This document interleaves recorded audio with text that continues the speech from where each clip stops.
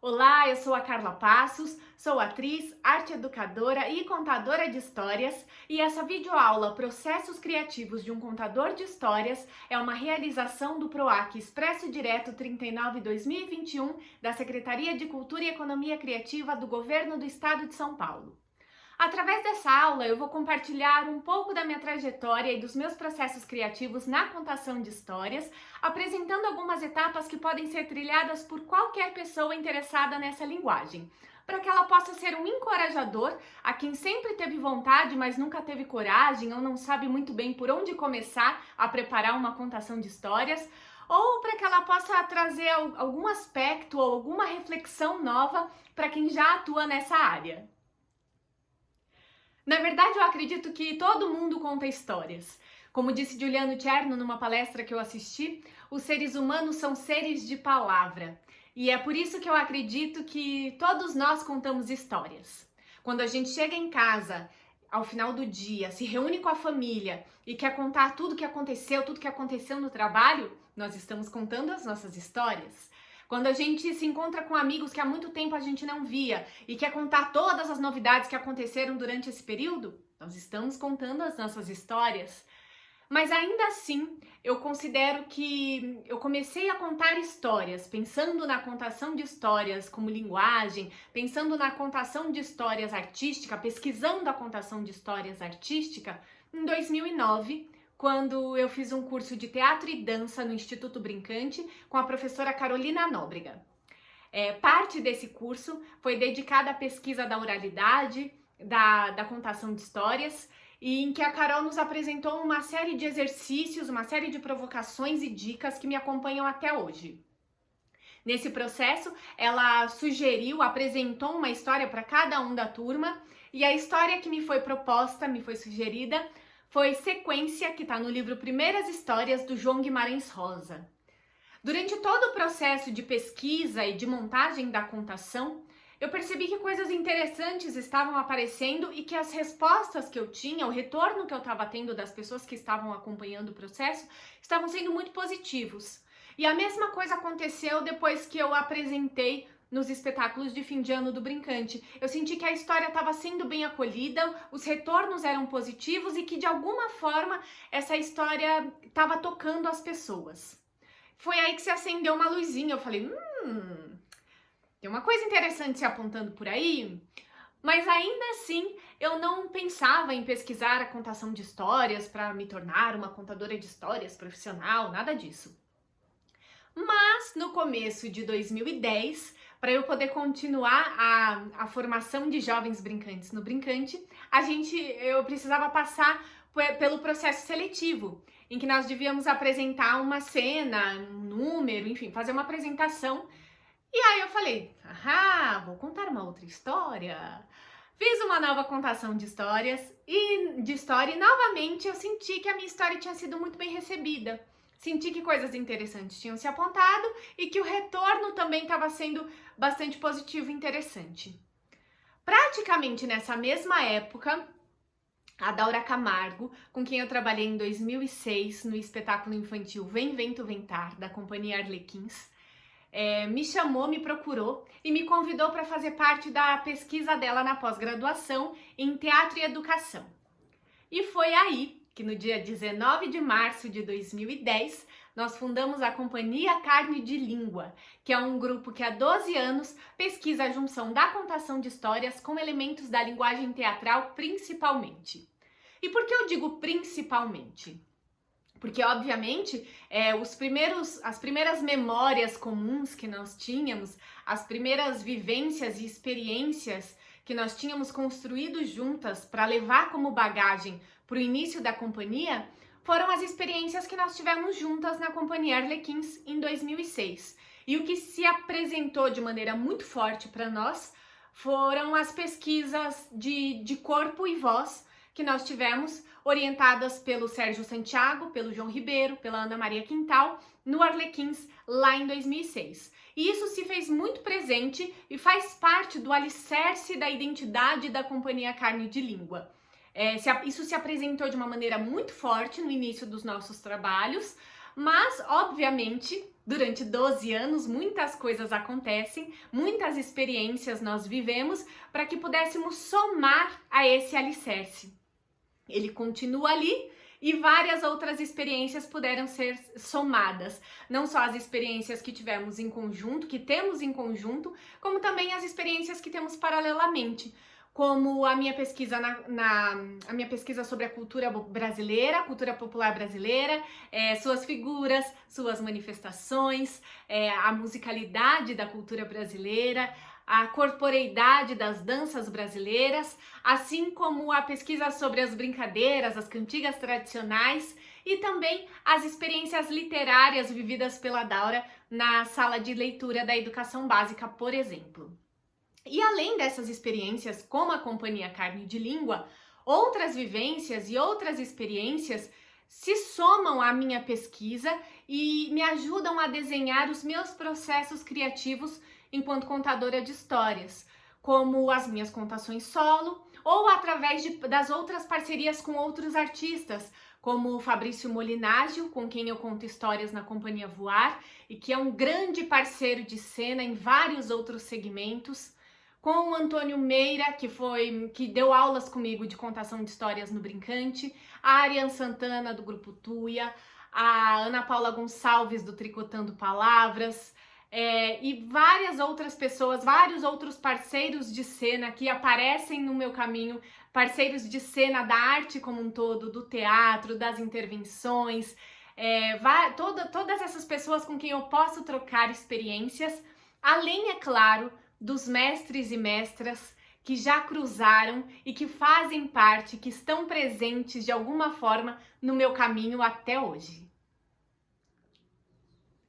Agora eu vou começar a compartilhar com vocês algumas etapas que eu percorro para montar as minhas contações de histórias e que podem ser percorridas por qualquer outra pessoa também interessada em contar as suas histórias. E a primeira etapa a ser percorrida, e que embora pareça óbvia, já causa um certo desespero em muita gente e agora? Que história eu vou contar? Como é que eu vou escolher uma história? E a primeira resposta que eu costumo dar para isso é: escolha histórias que te movem. E uma reflexão anterior e paralela a essa é: o que te move a contar histórias? E ela é anterior e paralela porque ela é uma reflexão contínua. A gente pode se fazer essa pergunta constantemente, e é importante a gente se fazer essa pergunta constantemente, e a cada vez que fizermos, podem vir respostas diferentes. Podemos descobrir novas razões e novos motivos para querer contar histórias. Então fizemos essa pergunta: o que nos move a contar histórias? Perguntamos então quais são as histórias que nos movem. E às vezes a história te move, não é nem a história em si como um todo, a história propriamente dita. Às vezes o que te move é uma personagem, o que te move é um contexto em que ela está inserida, a cultura que ela traz, uma situação, enfim, uma emoção que ela traz. É isso às vezes que te move, algum elemento dessa história. E quando a gente descobre as histórias que nos movem, quando a gente conta uma história que de alguma forma ela nos toca, mais facilmente ela vai tocar o nosso interlocutor. Mais facilmente ela vai ganhar significados no imaginário do interlocutor também. Porque a contação de histórias ela é única e ela acontece de maneira única a cada vez. Se uma mesma história for contada por 10 contadores diferentes, nós teremos 10 contações de histórias diferentes. Nós teremos 10 histórias diferentes a partir de uma mesma história. Se um mesmo contador, no mesmo instante, conta uma história para 10 pessoas, nós teremos 10 histórias diferentes. Para cada pessoa vai chegar uma história diferente. Para cada pessoa ela vai ter um significado diferente. Por quê? Porque cada pessoa chega nesse encontro com a sua história, com a sua trajetória, com a sua bagagem, com as suas memórias, as suas vivências, as suas experiências, e tudo isso vai dando um significado diferente a esse encontro para cada pessoa. e faz com que a história, a contação de histórias seja única e que seja uma experiência única para cada pessoa, seja ela a pessoa que conta ou seja ela a pessoa que ouve, a pessoa que frui essa história. E aí, como é que eu descubro quais são as histórias que me movem? Então, para que esse encontro possa ser ainda mais interessante. E a resposta é: vamos criar um repertório. Quanto maior é o repertório de histórias que nós temos, mais bagagem nós temos em nossa mochilinha, mais opções nós temos para trabalhar e para encontrar também quais são essas histórias que nos movem. A gente vai descobrindo onde é que para onde é que a nossa afinidade caminha, quais são os caminhos pelos quais nós encontramos mais significados, nós somos mais tocados a partir do nosso repertório. Quanto mais histórias a gente conhece. E como é que a gente cria isso? Hoje em dia, nos dias atuais, ainda mais nos meios urbanos, as histórias chegam até nós principalmente através da literatura, as histórias registradas, através dos livros. Então é fundamental que a gente leia muitos livros, livros diferentes, de gêneros diferentes, contos de gêneros diferentes, coletâneas de contos, contos com temáticas diferentes, contos que trazem culturas diferentes, contos de países, contos que trazem ideias de datas, de comemorações, de culturas, temas diferentes. A gente tem que criar essa bagagem. Além disso, a gente abrir a nossa escuta, ouvir histórias diferentes, ouvir as histórias, seja contações de histórias artísticas, abrir a nossa escuta para ouvir a história do outro também, né? A gente falou antes de que todos nós contamos histórias, então a gente abrir a escuta para a história de quem está do nosso lado, e que não necessariamente é um contador de histórias profissional também. A gente abrir a nossa escuta para troca de saberes e experiências e memórias com o outro. E também prestigiar outros contadores, obviamente. Nós temos muitos contadores que trazem muitas histórias diferentes, de maneiras muito diferentes. Então é importante que a gente também aprecie outros contadores para criar o nosso repertório. E é a partir desse contato com muitas histórias que a gente vai poder descobrir quais são as histórias que nos movem. A gente precisa ter opções para a gente poder escolher, né? Então a gente tem que entrar em contato com essas opções. A partir daí que a gente vai descobrindo. Esse tipo de história que me move. Esse gênero de contos me causa alguma coisa. Tem um significado interessante para mim, por esse caminho. Esse tipo de história aqui tem alguns elementos que me pegam sempre, que me tocam e que acho que é importante, me causam um movimento. E a partir daí a gente consegue também direcionar um pouco da nossa pesquisa. Por exemplo, descobri que eu tenho tudo a ver com causos, ó. Eu e causos, assim, unha e carne. Olha, o meu babado é o causo. Eu posso tanto me aprofundar assim, verticalmente na pesquisa sobre os causos, como eu posso também falar, agora tô assim com causos, eu tô querendo abrir uma outra janelinha também, tô querendo abrir outras possibilidades. Vou dar uma estudada nos contos tradicionais, vou estudar contos de fadas, porque eu vou descobrir o que é que essas histórias têm que também podem me movimentar, que também podem me tocar. Quais são os elementos que outros gêneros, que outros tipos de histórias também podem me trazer? Porque às vezes, como um todo, são os causos que me tocam, mas outros tipos de contos também têm personagens, também às vezes trazem relações, trazem alguns contextos. O meu negócio são os causos, mas eu gosto de contos tradicionais, de países diferentes, que me trazem esse conhecimento sobre as culturas.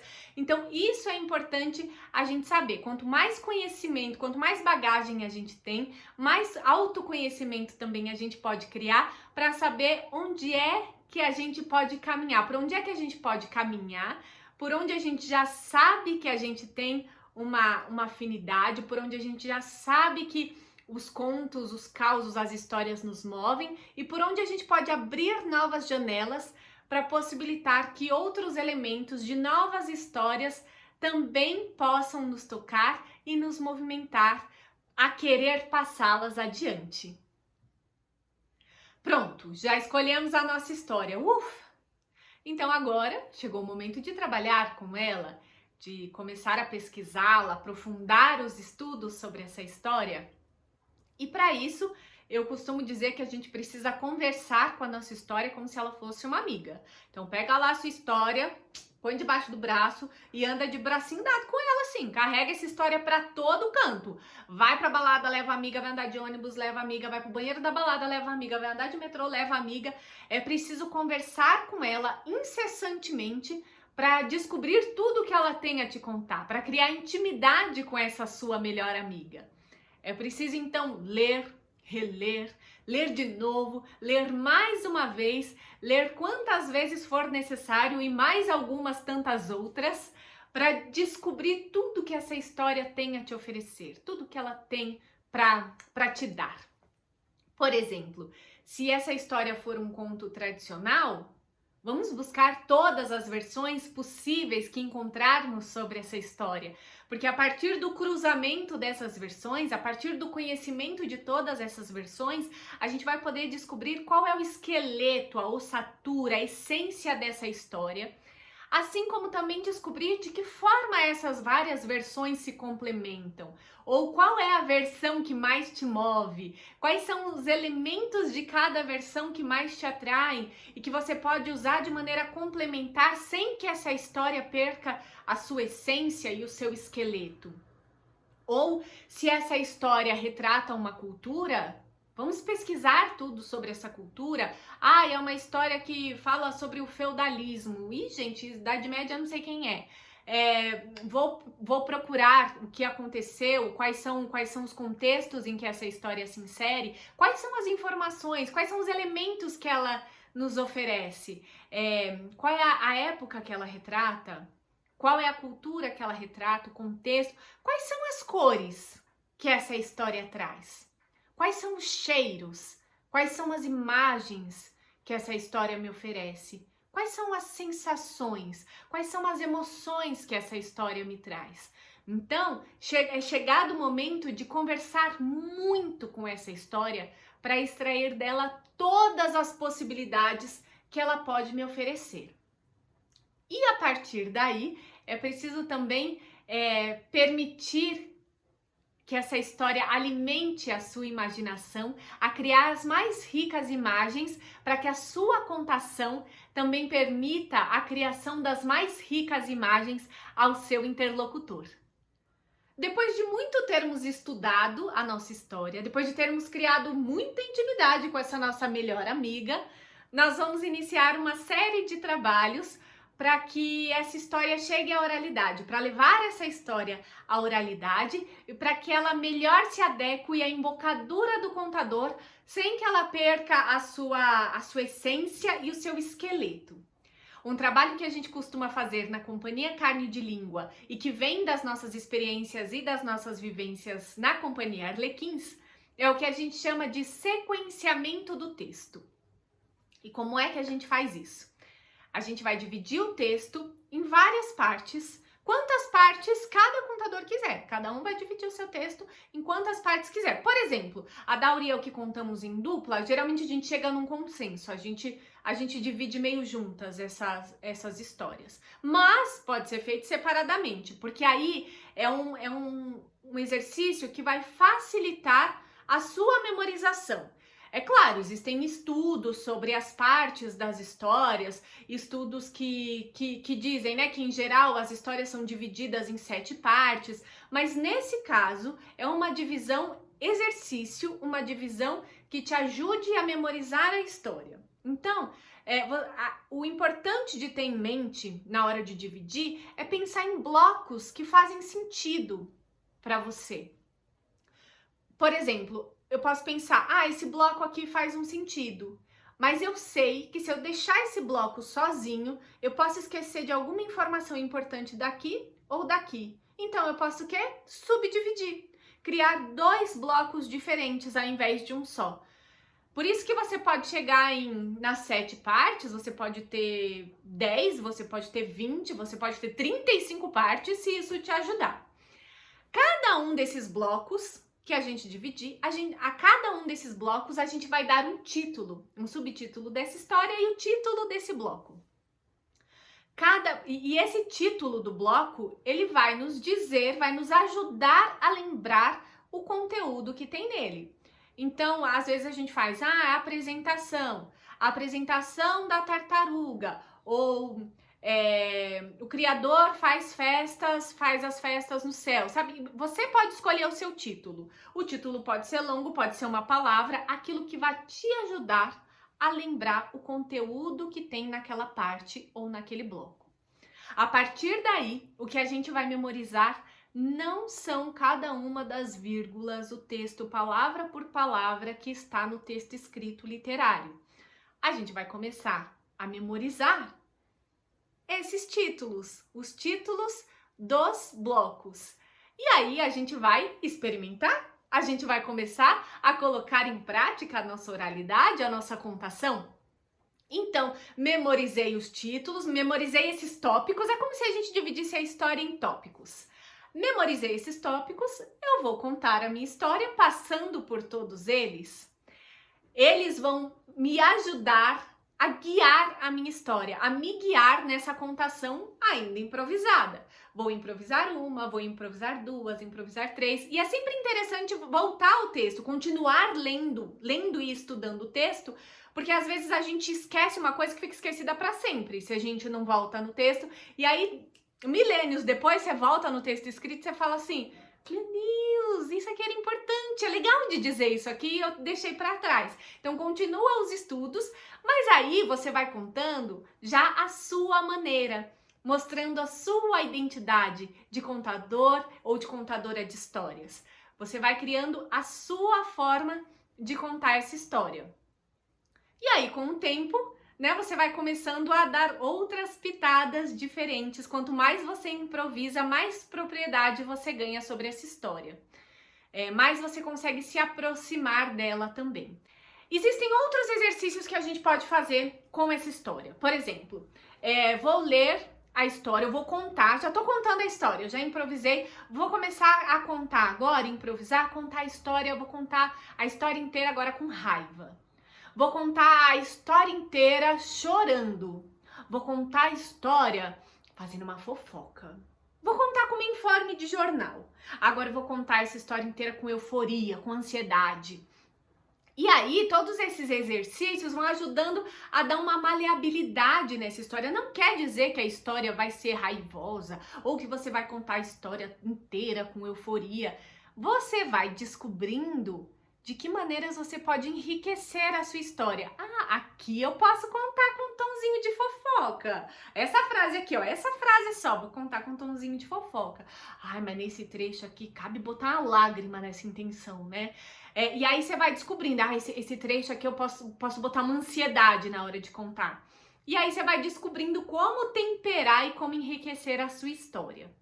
Alguns outros exercícios que também são interessantes de fazer. Você pode fazer essa mesma experiência variando ritmos na sua história, variando velocidade na sua contação, dando pausas em momentos diferentes. E aí você vai descobrindo onde é que funciona, onde é que não funciona, o que é que você pode usar, o que é que você deixa de lado. E a mesma coisa você pode trazer também para o seu corpo.